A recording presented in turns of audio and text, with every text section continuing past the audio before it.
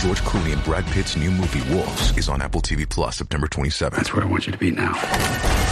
So if you want to see George Clooney and Brad Pitt, go to Apple TV Plus. You got to start the story there.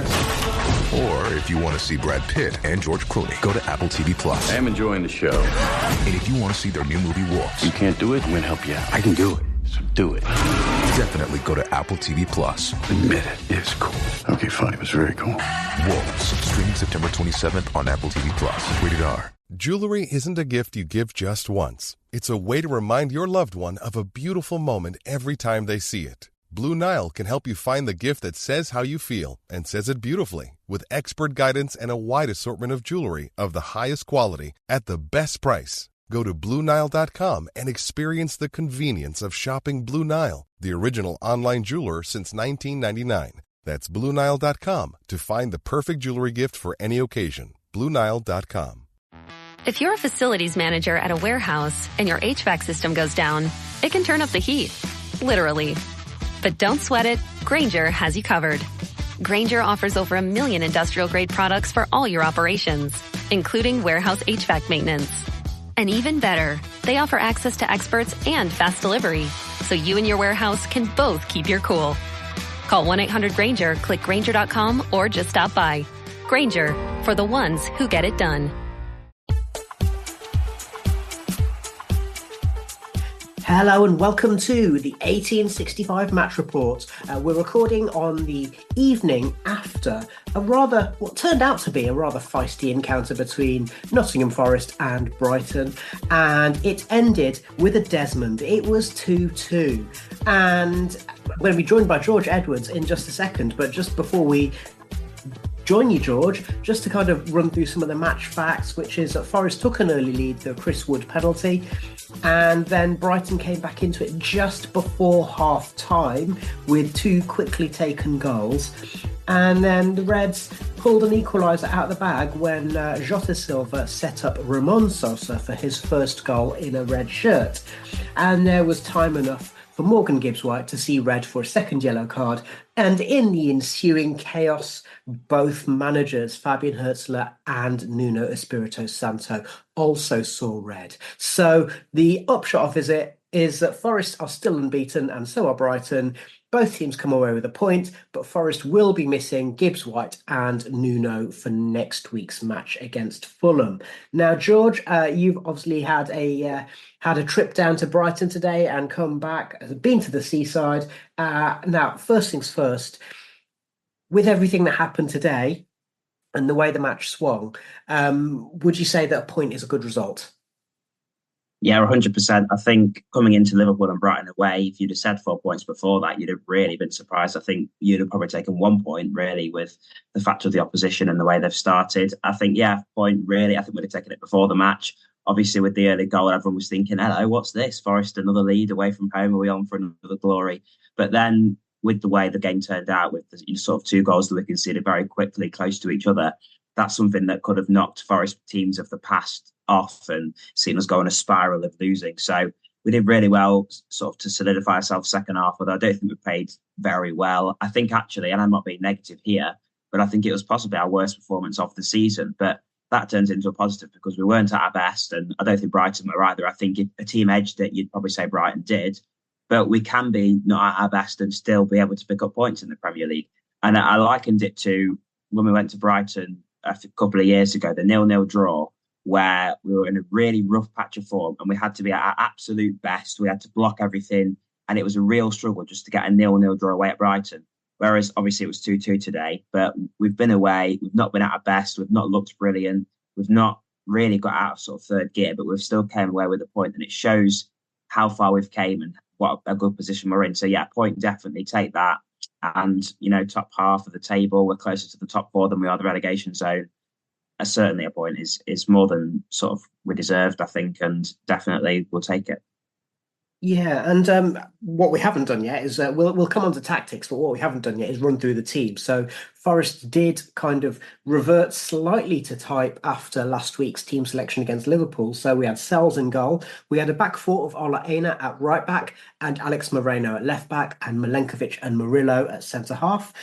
In the defensive midfield positions were James Ward-Prowse and Elliot Anderson, which saw Ryan Yates drop to the bench. And then we had Hudson-Odoi and Elanga on the wings, but the other way round to what we're usually seeing. So Hudson-Odoi was playing on the right and Elanga on the left, and Morgan Gibbs-White supporting Chris Wood. And as I say, we'll talk about tactics and so on a little bit later on, because I think Nuno set a high standard with the tactical masterclass at Anfield, and today we saw some different tactical machinations, shall we say. But what I want to do with the first half is start at the end, which is to say that I thought that Forest were absolutely in control for 41 minutes, and I have no idea how we ended up going in at half-time, 2-1 down. Tell me how you felt in the away end. Yeah, I think we were pretty comfortable, to be fair. I don't think we started the game brilliantly. I think we looked very vulnerable from wide areas, and that obviously did transpire. But once we got the goal, once we got ahead, which, Forest, we often sit back against teams like Brighton, but we have the pace as shown by Hudson-Odoi and Elanga that we can get away and we can have a moment. And that's exactly what happened with both goals, breaking away against the run of play and having a moment in the first half where we run a penalty and scoring the goal in the second. So, yeah, I think Forest were cruising towards half-time. It was 1-0, not much of a threat from Brighton. Obviously, they're going to have a lot more of the ball. But I didn't really feel like we were threatened at all. And then, obviously, chaos ensued. We'll talk about the goals and things like that. But it was, it's amazing how a moment can change a football match, in that it was, a poor moment from Forest. But suddenly, you go from being 1-0 up and cruising 2 minutes later to thinking, hang on, are we going to go in at half-time 3-1 down? Luckily, we didn't. Luckily, and I agreed with some of the half-time changes actually that Nuno made, and it sort of solidified us and meant we just sort of got a foothold in the second half and let it carry on. But yeah, it was so strange how we can go from being in so much control to then looking over our shoulders and being really panicking about it, really. Yeah, absolutely. And what I would say is just like at Anfield, the possession stats were broadly speaking 70-30 in that first half. But just like at Anfield, Forest were able to keep the opposition at arm's length without too many problems. Now, what is a difference is that Forest took an early lead this time round, and it was a move down the wing whereby the ball came across. Hudson-Odoi had come inside after making an initial break down the wing. And then when the ball came back to him, he tried to nudge the ball away to the side, away from the defender. And basically, he played it very nicely because the defender, Carlos Baliba, had to make a challenge to stop Hudson-Odoi getting a free shot on goal.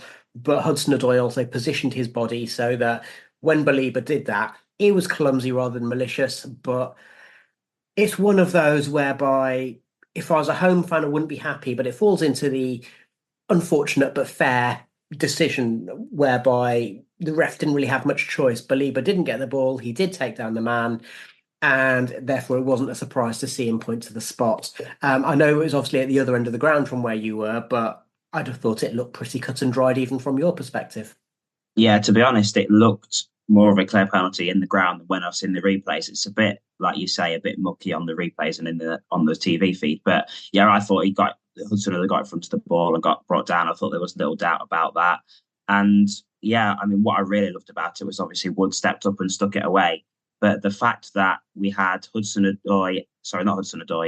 Gibbs-White and Ward-Prowse, two people you'd probably put ahead of Chris Wood to take a penalty, both of them interested, both of them with the ball sort of in their hand. But they gave it to Woods, and it, just shows. Remember Chelsea last year, and they had half the team crying about who wants to take a penalty. Whereas Forest are so together at the minute now; they're so driven, and they're all about each other rather than themselves. That they're like, you know what, Chris, 2 goals, good start to the season, but you've not scored in a couple. Let's give him that. I think it's his first away goal, is it as well? So I really loved that, and I love as well that we've got a striker that's confident to take a penalty. Obviously we know what happened in the League Cup a few weeks ago. We don't need to talk about that anymore. But the fact that he came up and he knew exactly what he was going to do, leather it into the bottom corner, it was fantastic. And on the goal as well, obviously comes from Hudson-Odoi on that side. It was very weird to see that because Elanga's always been on the right wing. And I think for what he does, sort of breaking away from defenders, and I think it doesn't really matter what side he's on. I think maybe he was put on the left because of Veltman, maybe not as quick. And that was something they were trying to target. It didn't really work very well. I don't think he was in the game that much. And I can see why Nuno took him off. But it was odd to see Hudson-Odoi on the right because you sort of think what he does so well, cut inside, bang it top corner. He can only really do it from the left. So it was interesting to see a different side of his game. And obviously he made it work, got a penalty, and had a reasonably, he had quite a good involvement in the first half, I thought, when we broke away. All of our breakaways that we had all came from his side. And you can see the confidence he's got at the minute as well. He's skipping past players. He doesn't always have the end product, but he was getting involved, and I liked that from him. So, yeah, it's a good start from Forest. Like I mentioned, we didn't actually start the game very well. But once that moment came and Wood stuck it away, it really put us in control. Absolutely. And Wood, I mean, there's never in doubt in my mind. Once I saw Wood step up, I thought, yeah, that's going in the bottom corner, and sure enough, it did. And it's worth also mentioning that Forest did have an opportunity where Hudson-Odoi tried to break the offside trap, played it through to Wood, and Wood somehow inexplicably in a one-on-one managed to put it wide, and he'll have been very, very pleased to see that the offside flag went up, because Hudson-Odoi had actually strayed when the ball was played through to him, which I think was from Gibbs-White. I mean, it's one of those, isn't it? Having just scored a penalty, you'd hope that he would, just a few minutes later, would be able to address that slightly better. He went for the near post, which is usually what you're advised against doing, and the keeper hadn't committed himself enough to create that gap. So yes, he'll have been very, very relieved to see that flag go up. And I thought that Forest were in control. They kept Brighton at arm's length without too many problems, but without having too much of the ball. But again, having that opportunity, as you mentioned, particularly with Hudson-Odoi down the right-hand side, like you mentioned, I think it may have been a choice because of Brighton's choice of fullback. So they had Veltman on one side, who is okay, but not the quickest, and then Estupiñán on the other side. And Estupiñán loves to get forward. So maybe the plan was to try and pin him back by having Hudson-Odoi there. Yeah. Brighton did start to come back into it and look a little bit more threatening from about 35 minutes onwards, didn't they? But even then, I think, I don't know, it's still a little bit of a, maybe not a surprise, but it was still a little bit of a blow when they did score on 41 minutes. And the thing that really annoyed me about it is the fact that there were two fundamentals that Forest got wrong, having done so well so far to that point, which was to not block the cross, and then the fact that Hinchelwood was basically had the freedom of the box. On Sky Sports, they did say, well, the cross took a slight deflection when Morgan Gibbs-White, he was standing a few yards away and it just kind of flicked up ever so slightly. Doesn't change the fact that we left an attacking midfielder. I know he's played at fullback, but today he was an attacking midfielder, that we left him completely unmarked, and he's put a real quality header, did proper textbook back across where it came from into the far corner. But nonetheless, Forest needed to do better. And that thing that you mentioned earlier about Forest looking kind of in control and then looking like they were teetering, one of the things that was really noticeable is that this is a game of midfield battle from where I was sat. Forest absolutely dominated the middle of the park, and players like Baliba, for example, were looking incredibly frustrated. And, Baliba picked up a cheap yellow card and so on and so forth. And then as soon as that goal went in, Forest were absolutely lost in the middle of the park. And actually that's what led to the free kick, which led to Danny Welbeck's goal, which was just before half time. And Brighton breaking through from that midfield area. Ola Aina was let's just say he was chasing back into his own position, and he did a clumsy but probably knowing foul. Oh, you're shaking your head there, George. Tell me what you think. Yeah, there's a lot to dissect there. So I'll start sort of where you started. It was interesting to see how Brighton attacked. Like you mentioned, they did target the wide areas and they doubled up there. And I did think, I heard the Friday Five, you guys were mentioning sort of Aina and when has he had a bad match. I thought Aina had a pretty poor first half. And I don't know if it was just me, because I spoke to someone on the train back and they were thinking, I don't know why I changed the fullbacks. I just thought he looked off it a little bit. And I thought they had a lot of space out wide, probably because they were doubling up, and particularly down the left side of Estupiñán. Obviously, he's very attacking. They want that. But I did think Moreno as well. And it's this new handball rule.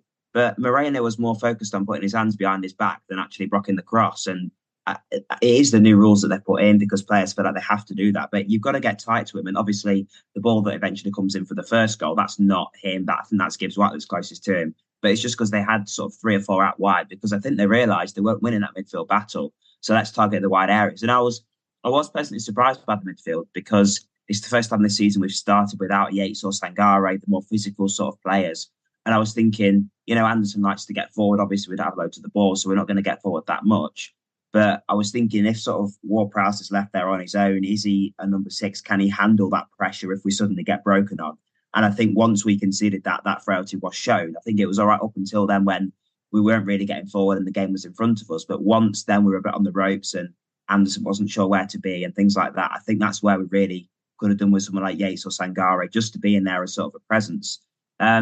So, yeah, and lastly, on the first goal, I didn't realise it took a deflection, but Milenkovic couldn't do everything. Like, he had 2 players there, he can't get to it, and it's a really good header. But I did wonder, and we'll get on to Sells in a second, but I did wonder whether Miguel, being a couple of, about half a foot taller, would have just tipped that over the bar rather than Sells, who just looks like he got nowhere near it. I did say at the time, what a brilliant header from Hinshelwood, to be fair. He got it right in the top corner first time, and for a young lad, it doesn't get much better than that, does it? And then, the second goal, it really, really did annoy me, because Aina gets forward, doesn't he, and Brighton break. And you could see it from a mile of the way we're steaming back, because he's got pace. He had the pace to get back there. And from where I was sort of standing, I forgot who he took down, but he was running into nowhere, really. There was 2 Forest players in front of him. Yes, he was getting towards the box, and that's where it, gets a bit tight. But there was 3 Forest players around him. I think there was only 2 players sort of to cross to. I wasn't really threatened by that position, and I've not seen it back. Apparently, it's not a blatant foul, but I thought the way Aina just steamed in was a bit naive and possibly wasn't a booking, but I'm pretty sure it was a foul. Was it a foul, Rich? Did it look like a foul on TV? I think it was a foul. I think that if you're running behind a player and you clash with him, you can expect the foul to be given. You can expect the yellow card to be given. I have no problem with it. What I do have a problem with, just to skip forward a second, is, and this of course is right in front of the away end, so you'll have had a really good view. Danny Welbeck, at first glance on the TV, you thought, well, that's a good free kick. And in terms of what Welbeck did, yes, he put it into the far corner. In terms of the positioning of the wall and the fact that the keeper should be covering the far post and allowing the wall to cover the threat at the near post, for Sells to actually feint the wrong way, and then he will claim he's unsighted, but that's a goalkeeping mistake, unfortunately. Yeah, 100%. I mean, he set the wall, and I have no issue, to be honest. I mean, I wasn't completely in line, but I have no issue with how he set the wall up. He's got 5 players there to jump, and he's got Ward-Prowse under there.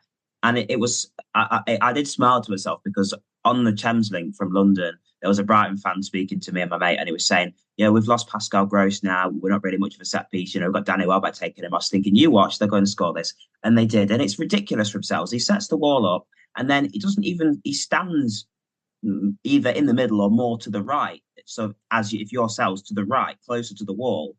And then Welbeck takes the free kick, and he takes a step that way.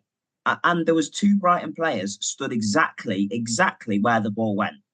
He could not have been more clear, because from that angle, it's very hard to get it up and over and into the near post. He's obviously going to go far post, especially when he sees Sells isn't stood there. It's such a savable free kick if he positions himself right.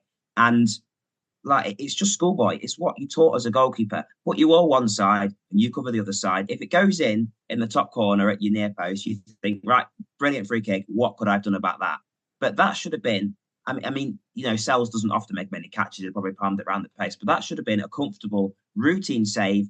And then, yes, Forest have conceded and then got in a spot of bother, but they still 1-1. They probably get to half time 1-1 and they regroup. But suddenly, because of one goalkeeping mistake, and I'm fed up of it now. I know we haven't had a real blunder for a while from a goalkeeper, and Sells, he's far better than what we had before. But it's just so annoying that we sort of struck gold with Samba, and he was a 1 in a million, because you think of who came before that. We had Smith, who, did a job, but Stojkovic, Pantilimon. We've struggled to get a good goalkeeper for so long. And then we had Samba for a year, 2 years, let him go. And now we're stuck in this merry-go-round again of blaming goalkeepers, because we'd have got to half-time, I'm sure, if he'd have tipped that round the post, we'd have defended the corner well, because we did very well at defending corners and have done since Milenkovic just came in. We'd have eased the pressure, and second half we could have gone on and win it. But because of that mistake that's from Sells that gave the whole team a bit of doubt, like, bloody hell, we've conceded 2 goals in 3 minutes now. Of course you're going to, be a bit cautious and just try and get to half time, not concede another. Yeah, it just really infuriated me that, and yeah, annoying. Yeah, and that confidence that Forest had from the commanding performance at Anfield then evaporated, and you could Mm. see that they looked shell shocked. They looked a little bit panicky. And it They seemed a long way till after. Like I think there was only 2 or 3 minutes, but honestly, Yeah. it seemed like 10 minutes because we were just trapped. Yeah, absolutely, absolutely. Now, I've got a question for you. You've alluded to halftime substitutions, and Nuno did something unusual. He made three substitutions at halftime, and so Ward-Prowse came off, Moreno came off. I think Moreno had been hobbling in the first half. He'd taken a hefty challenge, which was the referee was unsighted, and it's one of those where But didn't Slot before being unsighted, did it, and get his mind changed by someone else? well, let's come to that a little bit later. It was one of those whereby VAR could not intervene because it wouldn't have been a red card worthy challenge, and therefore because it was only a yellow card worthy challenge, the VAR couldn't do anything about it. So that was a bit frustrating there. But anyway, Moreno was injured, and so Yates came on in the middle of the park. Williams came on, and Aina moved to left back. And who was the other change? It was Alanga coming off, and Jota came on, and meant that Hudson-Odoi went to left wing, and Jota played on the right. So if we hadn't had that goal conceded at just those two goals conceded just before half time, would we have made a triple sub? I highly doubt it, but I think it was needed because, like I mentioned, that I think Moreno didn't have his best game and was a bit lethargic. So I think Williams had to come on. And as much as Moreno and Aina did work well against Liverpool, I've always thought Aina's better on the left. I think that's where his best performances have been. And maybe Hudson-Odoi was also moved to the right to keep that partnership with him because those two seem to sort of work very well. They seem very close off the pitch. So I think them both on the left works well. But obviously, if we've got Moreno performing well, he doesn't get in. I think the Yates thing had to happen because I just thought we had to get some physicality in there. Ward-Prowse did didn't do anything wrong, and obviously we lost the set piece threat. I think we only had one corner though in the whole game, so it didn't really make much of an impact, to be fair. But yeah, I thought Yates had to be on, particularly for how we ended. We just needed somebody that would get rid of it, and that's what Milenkovic and Murillo were having to do quite a lot because, as I mentioned, we looked quite poor at fullback. Particularly Milenkovic a lot had to just step in and sweep it out of play, and I think there wasn't enough of that from midfield. And obviously, we know Yates doesn't hang around. There's a lot of one-touch passes, getting rid of it quickly. I think that's what we needed.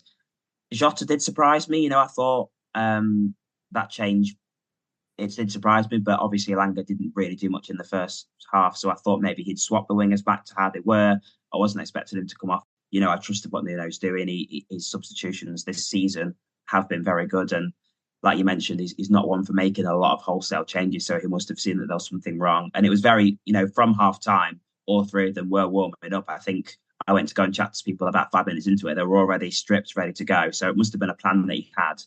It's also worth pointing out that Forest then made another change before the hour mark. So Elliot Anderson was carrying an injury by the look of it.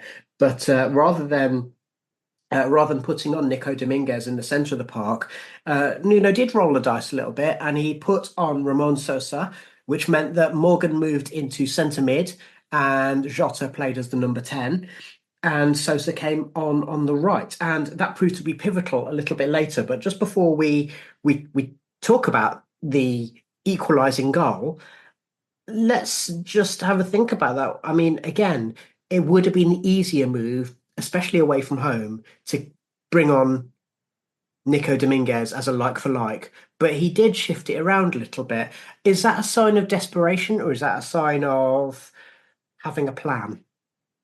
Yeah, I think it was a sign of confidence in the players. I think it was a sign of confidence in himself because he's always, I think, a positive manager. Obviously, there was a sub later on that I wasn't best pleased with. But I mean, when you've got players like that, like Sosa, like in that Newcastle game, he impressed me more than Jota did. And I think it's more than a plausible player to bring on.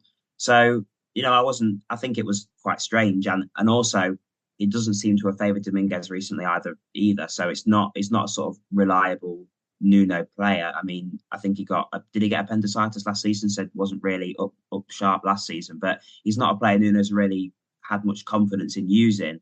And I think obviously Sosa's a player that he would have had contact with the club signing, and he wants to use him because there was rumours of him or Jota maybe going to Olympiacos. So no, I think it was a very good substitution from him because he brings that flair, he brings that directness that I think we needed at that stage of the game. We had Yates in there sort of doing sort of two players' jobs, if you like, in midfield. I think you could leave him to that. Gibbs-White dropping a bit deeper. And then, I think it was a really good move from him. And obviously it worked in the end because you probably don't score that goal if it's Dominguez on instead of Sosa.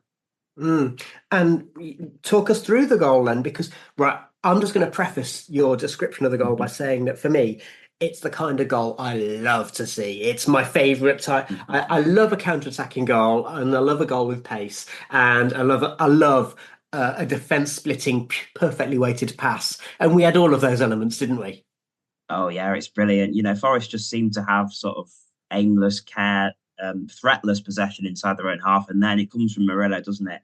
And the goal is made from Chris Wood because it's a pass from Murillo to Chris Wood. Chris Wood actually looked, I thought, from the start of the second half, looked tired. I thought he's not going to last 10 minutes here, but he did fantastically well. He dropped deep, he receives it from Murillo, probably on halfway just before, turns it around the corner excellently into Gibbs-White, left wing, and then Jota Silva is off. Jota Silva is off. Morgan sees him, and, we're not a team that hangs around if there's a forward ball to be played. And I love that about us. I love that we're just direct. And, if there's a risk to be taken, we take it. And that's exactly what Morgan did. Sweeps it through for Jota Silva.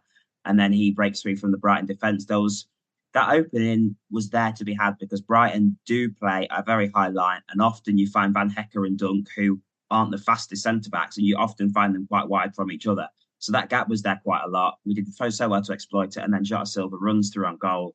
Sosa supporting him. And it shows the type of player Jota Silva is, the type of bloke he is. He's one-on-one. He's got a chance to get his first goal in English football. But he's seen what's better for the team. He's seen Ramon Sosa to his right, squares it, and then a fantastic finish from Sosa. I loved how much he enjoyed scoring his first Premier League goal. You saw such good celebration from there. And it looked like a turning point. It looked, the celebrations, from Morgan and from the squad, I thought we were going to go and win it, to be honest, because I thought the way that they're celebrating, they can feel something special happening. Obviously, it didn't happen because of events that happened and we had to go sort of more defensive. But yeah, it's a fantastic goal. It's a goal that sums up Nuno. It sums up the players. We've got like Murillo playing out from the back. It's so good that a ball from him has gone to a goal because often we see him do a good pass, but it falls down. So yeah, just a perfect team goal and a brilliant way to equalise. Yeah, and like you say, you could see how much it meant to the players. They were loving celebrating in front of the away end, and then just to skip forward. By the way, also you mentioned that thing about Jota, about how he's kind of wholehearted and committed. Our friend Steve Burns, who was on Friday 5 a couple of weeks ago, he did say send a message saying Jota looks like a walking red card, and indeed he did. He did pick up a very, very cheap booking for getting involved in a scrap for absolutely no reason. So that's why it's a good job we had Yates on the pitch then, because he could have got him 2 years in the space of 20 seconds. Yates, who did his captain's thing there, didn't he? So. There was also another chance where Ramon Sosa went down the right-hand side and he got a bit caught between, do I cross, do I do I shoot? He did neither. Hudson-Odoi in the back post. I think it might have been offside, but he was offside. He was offside, but again, that's one of those where the flag spares your blushes. He needed to shoot in that circumstance. I completely agree with you there. But again, another pacey break, just slightly mistimed. And before we move on, I just want to make a point. Obviously we scored, and then Nuno made the change straight away, bringing Morato on for Wood. And I'm not criticising Nuno. I think he's doing really well at the minute. And I'm very impressed by his management style. But I really wish he would have just left it 5 minutes, because I could see obviously Wood was struggling a little bit. But we score a goal after. We've been, let's be honest, pretty poor that second half. We looked quite tired. We looked quite lethargic. We looked like we couldn't get out. But we had that moment. And I just wondered whether, like Brighton had that, they scored and then they scored again. Could we have just kept it as it was for 5 minutes, see if we get a bit of momentum, see if we, press well, win another chance and score another goal and then make the change. And I just thought he jumped the gun there with that, going to the 5 at the back, just a little bit too early. Yeah, I mean, the counter argument is that Woody looked like he was walking on one leg by that point. So, the other option, I guess, would have been to use up the substitution and bring in on Big T to play up front. But It again, doesn't look that's like he has confidence in him at the minute, does it? Really? I no, mean, he's no, it had two doesn't. It chances doesn't to look use him like and it. I hasn't. think, and yeah, Tyro's been struggling for all kinds of reasons, hasn't he? And yeah, and also that would have committed that final substitution, which he may not have wanted to do. What we'll do is we will come back and talk a little bit more about tactics, and of course, we have to talk about some of the refereeing decisions. So we'll be back in a minute to discuss. The 1865 Match Report. Jewelry isn't a gift you give just once. It's a way to remind your loved one of a beautiful moment every time they see it. Blue Nile can help you find the gift that says how you feel and says it beautifully, with expert guidance and a wide assortment of jewelry of the highest quality at the best price. Go to BlueNile.com and experience the convenience of shopping Blue Nile, the original online jeweler since 1999. That's BlueNile.com to find the perfect jewelry gift for any occasion. BlueNile.com. You're listening to 1865, the Nottingham Forest podcast. Welcome back to the 1865 Match Report, Brighton 2, Forest 2, and I'm joined by George Edwards. So, George, before the break, we were talking about tactics and substitutions, and we also need to talk about the referee. But let's just talk about tactics, because as you mentioned just before we took a little break there, Nuno did decide to go for 5 at the back, shore things up. Brighton's substitutions, I think, were pivotal in that because they had put on Minty. They'd put on, by the way, the name Minty just sounds hilarious when you're from Nottingham, doesn't it? And Mitoma had really come into the game. And crucially, both of our fullbacks, the first thing that Nico Williams did was to get a yellow card, and Aina had obviously been booked in the first half. So with both of our fullbacks walking that tightrope, I suspect it was there to try and protect them a little bit because Brighton were trying to exploit that. So that's what I suspect. But as an away fan, you'd paid your money. You mentioned you'd wanted to wait 5 more minutes before making the change. But how do you feel about the idea of going to a kind of a 3-4-3, which actually was essentially a 5-5-0?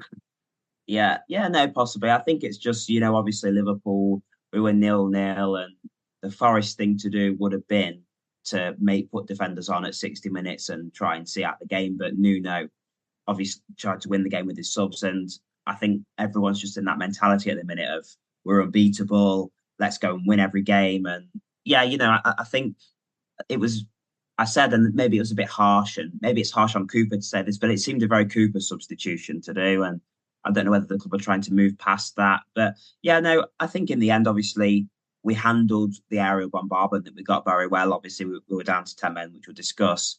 But under that sort of pressure, I think it was probably a good job. We had 3 central defenders on.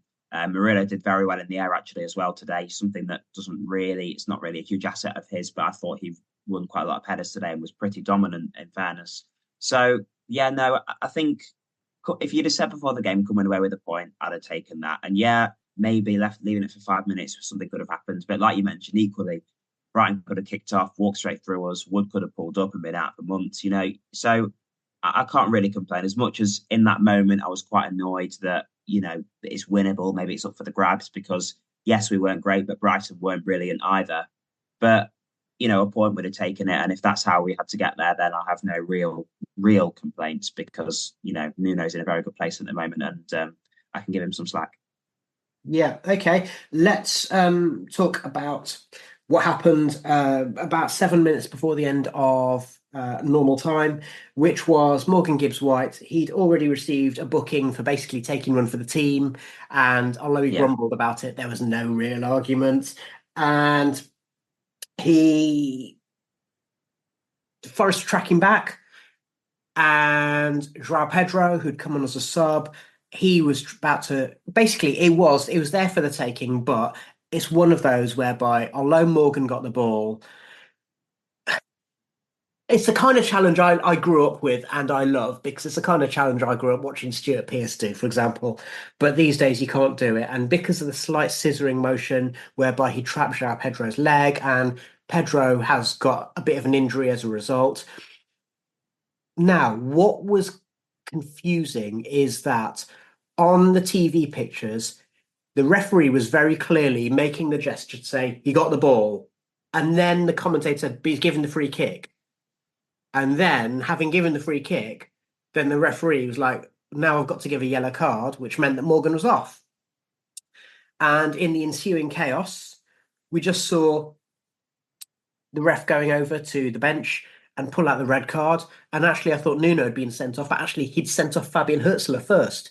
So, I mean, the fact that the home manager, who's just seen an opposition player sent off, is so incensed about it that he gets himself sent off, suggests one of two things. Either Hürzeler's out of control, and I don't know enough about him to say, or the referee had lost control himself and had got a bit card happy at that precise moment to try and regain control. So both coaches off, Morgan off. Firstly, what's your opinions on the second yellow card for Morgan? Well, Rob Jones losing control of a football match. What a surprise, eh?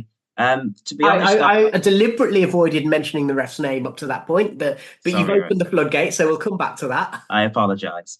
No, to be fair, I was behind the goal if you're behind the goal on the left, so I was on that side. And I thought, I thought he got the ball. And actually, it wasn't the first tackle of that nature that Morgan had put in.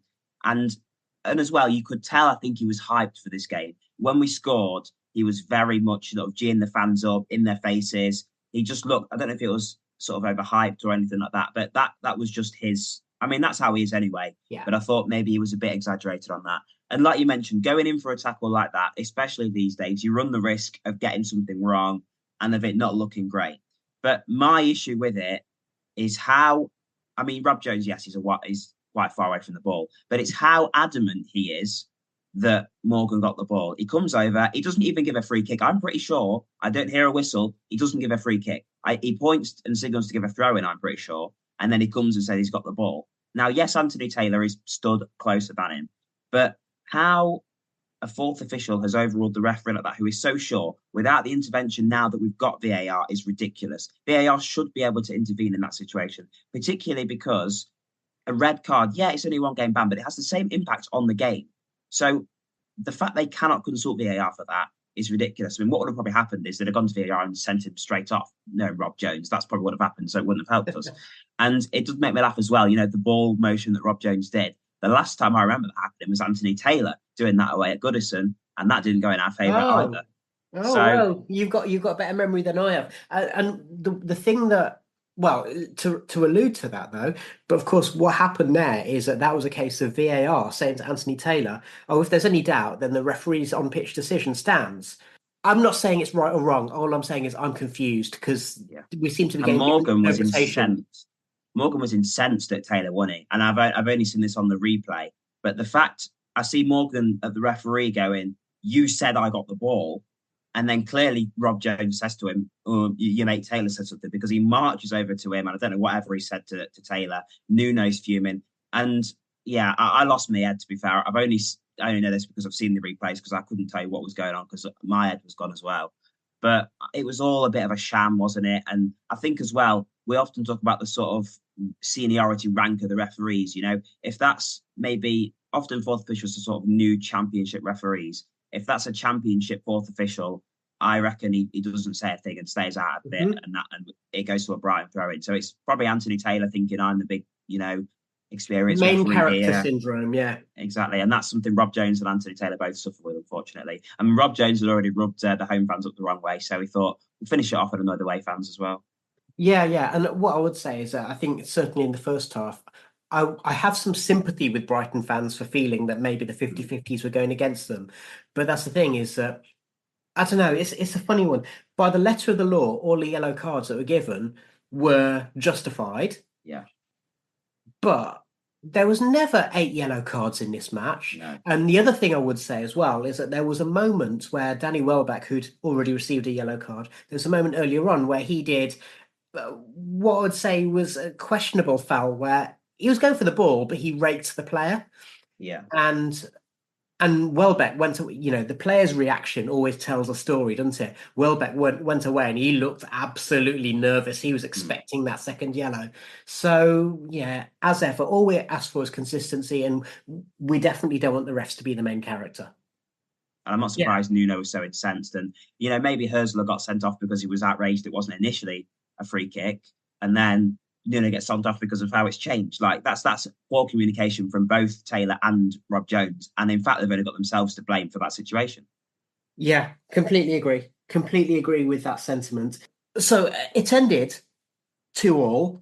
And just for the record, Rui Pedro Silva, Nuno's assistant, he was put out for the post-match interviews, and he played the diplomacy card, and he said, he basically said he didn't think it was a yellow card, but in the emotion of the game, he didn't hear anything that Nuno said that would have justified a red card, but he also stayed clear of blaming the ref for anything. So, he's playing the diplomacy card. And didn't he get booked himself anyway? Yeah, of course he did. I mean, to be honest, Rui gets, and one of my Wolves mates says that Rui's liable to get a yellow card every match anyway. So, it wouldn't be right if he didn't get one. Now, what was interesting is that Yates, he sat on the fence with regard to the red card. Chris Wood basically said, yeah, fair cop. But again, I think the thing that fans are upset about, both sets of fans will be upset about with the refereeing performance today, is that lack of consistency, the fact that so many cards were given out. And it's a sign of a ref who doesn't have control and respect to the players, in my mind. Yeah, no, I agree 100% with that. And maybe it's a bit far to say how is he in the Premier League, but I'm hoping Forest put a complaint in and we don't have him, because I think the last time we had him was Bournemouth and we complained about him. So maybe that happens and we don't have to see him until next season. That's what I'm hoping anyway.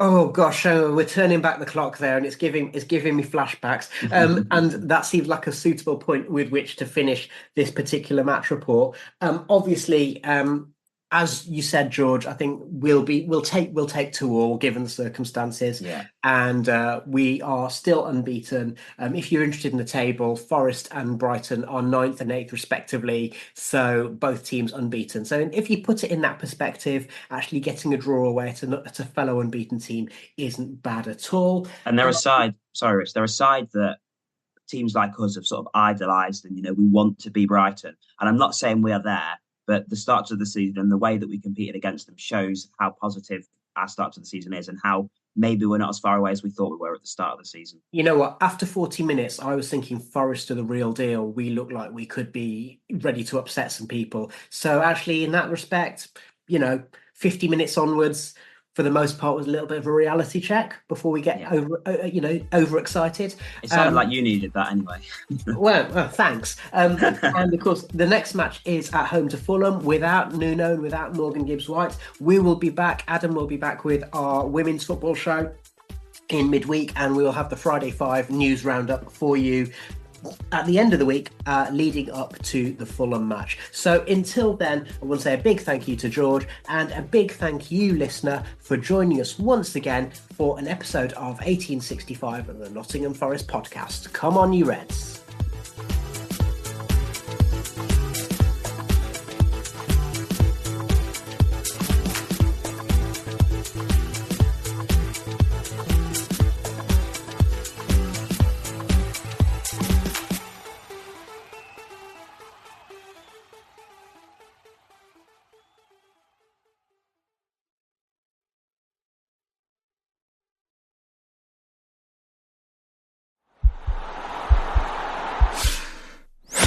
This podcast is part of the Sports Social Podcast Network.